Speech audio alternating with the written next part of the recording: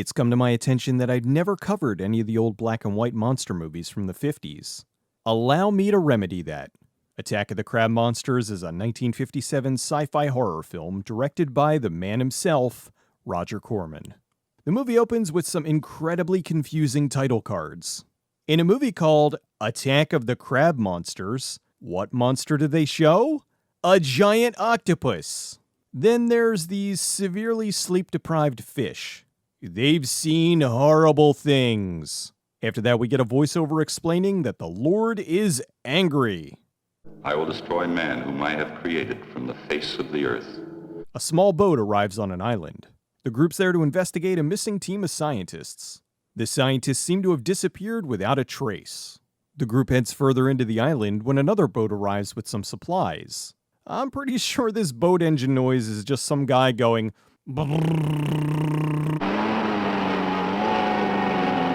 This guy falls overboard. Wait, they're like 5 feet from the shore. How is this so deep? Oh look, 3 minutes into the film and already a crab monster.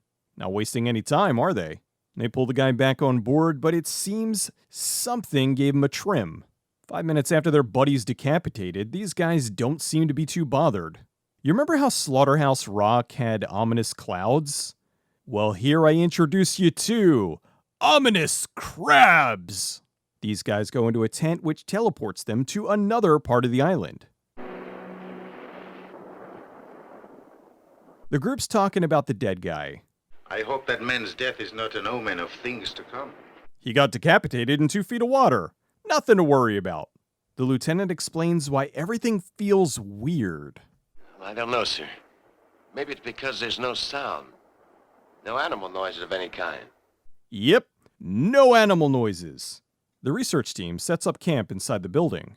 The doctor can't understand how everyone is missing. I don't want to annoy you again, but nothing was left? Not a hair, nor fingernail clipping? Imagine if they found nothing but piles of nail clippings. That might be scarier than the crab monsters.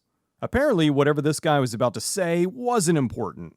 Lost with all hands is an old story. Yes, but... Hank and the sailors are headed back to the beach when... Is that you? After some loud crashes, the camera shakes around uncontrollably. Hey, Hank, you're a scientist. How come they need a demo team like us in this hunk of dirt? I'm no scientist. I'm a professor. Hank explains that some of the nuclear fallout from the atomic bomb tests have blanketed the island. The research team was sent to investigate the effects it had on the island and its wildlife. This new team is here to continue the research started by the previous one. The pilot who dropped them off is headed back to the mainland when... Oh no! The crab monster somehow blew up the plane! The weather started getting rough, so the group heads into the outpost to call for help. The doctor's reading the Journal of McLean, the missing head of the research team. He uncovers something highly unusual. With this section as a measure, the worm-like creature would be more than 5 feet in length. Most intriguing is the tissue's consistency. It proves impossible to cut. Hank's wondering why they aren't more concerned. What about that 5-foot nightcrawler? Well, excuse me for being so stupid, me and that book you're reading. We weren't laughing at you, Hank. It's just that McLean didn't really mean to imply that the flesh was from a big worm. He said from a worm-like creature. Oh, my bad. It's not a 5-foot indestructible earthworm. It's a 5-foot indestructible earthworm-like creature. How is that any better? I've read The Conqueror Worms. This will not end well. Nothing like a good cigar in bed. The two guys are talking when they hear a crunching noise. They go outside to investigate.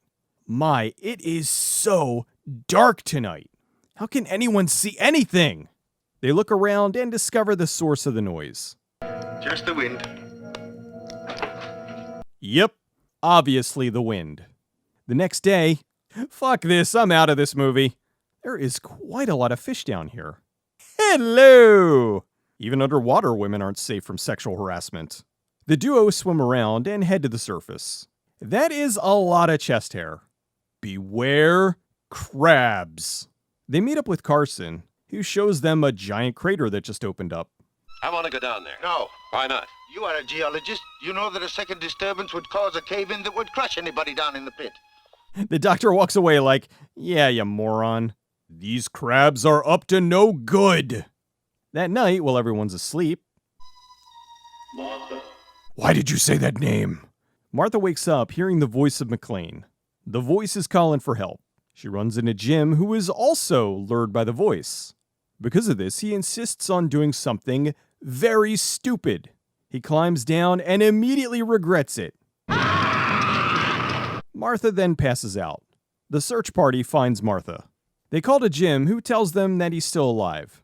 The doctor suggests that instead of climbing down, that they go to the caves to get to Jim. Are you hiding something from us, Doctor? A theory, perhaps? Maybe.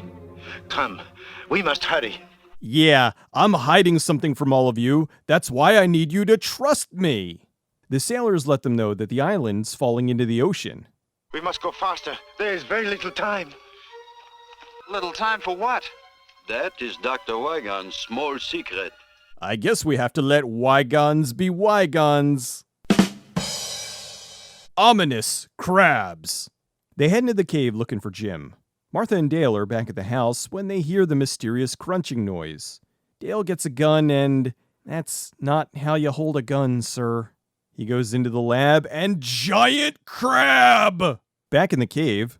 Put out the lights. Yes, turn off the flashlights. It's bright enough in here. They find Jim's belongings, and since it's far too dark, they decide to climb out the pit and go home. Dale goes into the room now that the crab's gone. You'd think a giant crab would have done more damage. Oh no, it flipped over a table. This was like the Great East Coast earthquake of 2011. Dale discovers the emergency radio has been sabotaged. Every tube has been sliced neatly in half. And it had to reach way inside to do it without wrecking these cabinets. Let me get this straight. A giant crab very carefully reached inside the electronics to slice all the tubes in half. Never before have you seen such shocking crab footage. Do you think you can fix it? Fix it. Easy. I just need 2 coconuts, a handful of palm leaves, and some fishing wire. The group suspects that the doctor knows more than he's letting on. That is the sum of my knowledge. If you need more, I suggest you ask Dr. McLean when next his voice calls in the night. I can't tell you anything. You can ask the disembodied voice of the dead guy who calls out at night. The next day, they go back to the cave. A cave-in happens, and Jules gets his hand cut off. That is the sharpest rock I've ever seen. They bandage him up and take him back to the house. Martha sedates him by telling him about her day. The 2 sailors are playing cards when they hear that weird crunching noise. What's that? Okay, which one of you is eating frosted mini wheats? They try to escape, but get eaten by something. That night, Jules hears voices. He blindly stumbles into the pitch black night to try to find the source of the voices. He heads to the cliff and somehow misses the giant crab. We're right here, Professor. Everyone in the house hears the screams. Disembodied Jules now communicates with them. When I have been here all the time, dreaming of all the things I might learn to do with only my left hand. Like the stranger. He's trying to convince them that this is totally normal. The doctor explains that Jules is dead and somehow they're talking to his ghost. They don't seem to be too freaked out by this. The next night, they sit around waiting to hear from Jules. He's talking to them through their gun? Be not shocked that the weapon speaks. He then invites them to come to the cave to see what happened to him and the others. They wander into the cave and oh my god! Crab people, taste like crab, talk like people. They lob some grenades and dynamite, which dislodges the stalactites and kills the crab. Uh-oh, here comes another one! Hank drops some dynamite to stop the crab from following. Back in the lab, the doctor says some science mumbo-jumbo to explain the giant crabs. Essentially, radiation, something, electricity, something, humans, something, giant crabs. The crabs eat people's brains and become super crabs. Martha explains that this crab is pregnant, and they need to stop it before it can give birth. Hank figures out that if you electrocute the crab, it reduces it to ashes. They build a fan that shoots an optical effect to fight off the crab. Hank and Martha set up traps in the cave. They stumble onto the crab, and it chases them out into the ocean. They make their way back to the beach, and don't seem to notice the giant crab sneaking up on them. Dale shoots the crab, and the movie contradicts itself. It's no good shooting, Dale. The bullets pass through it just like X-rays. So, you have wounded me. It just told you it's wounded. Keep shooting! The crab continues to shake the island. Hank fixed the radio so they can call for help. The doctor and Dale go outside to see how much of the island's left. Now there's less than half a city block. Soon we will have nowhere to run. Nowhere to run, but plenty of space to go four-wheeling, apparently. They go to look for something in the caves. The crab is like a rattlesnake. It can be heard long before it can be seen. Yes, because that worked so well up to this point. Every single one of you has been blindsided by a giant crab. The doctor goes into the cave and gets ambushed by the crab. He tries to get away, but trips over his own trap. Oh, I regret everything that led up to this moment. In Soviet Union, crab eats you! The trio escapes to the beach. The stock footage is coming apart. They escape to the last safe part of the island. As luck would have it, there's a radio antenna here. They fight off the crab, and Hank climbs the radio tower and sacrifices himself to kill the crab. And the movie just ends.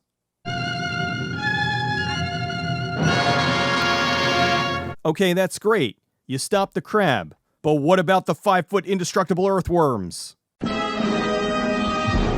Attack of the Crab Monsters was filmed mostly in California on a budget of somewhere between $50,000 and $70,000. While many directors are lucky to make 1 or 2 films a year, Corman cranked out a ridiculous 9 films in 1957. Attack of the Crab Monsters was the most profitable. It played drive-ins for years and made well over $1 million. Corman hired writer Charles B. Griffith to write the screenplay. He told him the movie was an experiment. He wanted him to write it so there was suspense or action in every scene. The script was 120 pages, most of which was dialogue, which Corman cut, reducing the movie down to a very slim 64 minutes. Griffith also has a cameo as the guy who gets his head eaten in the beginning of the movie. The crab was a giant puppet marionetted around on piano wire. There was also an actor inside that could move the arms and eyes. His legs came out the bottom, so he could move the thing around. They always had something blocking the underside so you couldn't see the actor's legs. The monster was made out of fiberglass and styrofoam, and weighed about 140 pounds. Corman said he believed the success of the film was due to the wildness of the title, which he called off the wall even for him. Russell Johnson was Hank, an actor with over 170 credits to his name, but still, most people only know him as the professor from Gilligan's Island. Attack of the Crab Monsters is perfect 50s B-movie sci-fi schlock. It's got a ridiculous enough premise, and it's so short that you don't really have enough time to think about how silly it is. Okay, maybe you do. The movie was one of many from the 50s to capitalize on the nuclear scare and the fear that radiation would make for giant mutations. Giant spiders, giant ants, giant grasshoppers, and so on. Although to my knowledge, this is the first giant sentient talking crabs that absorb the intelligence of whatever they eat.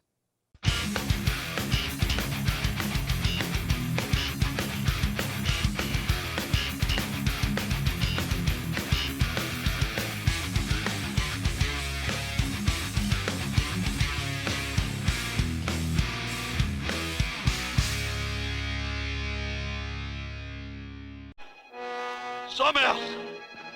We're right here, Professor.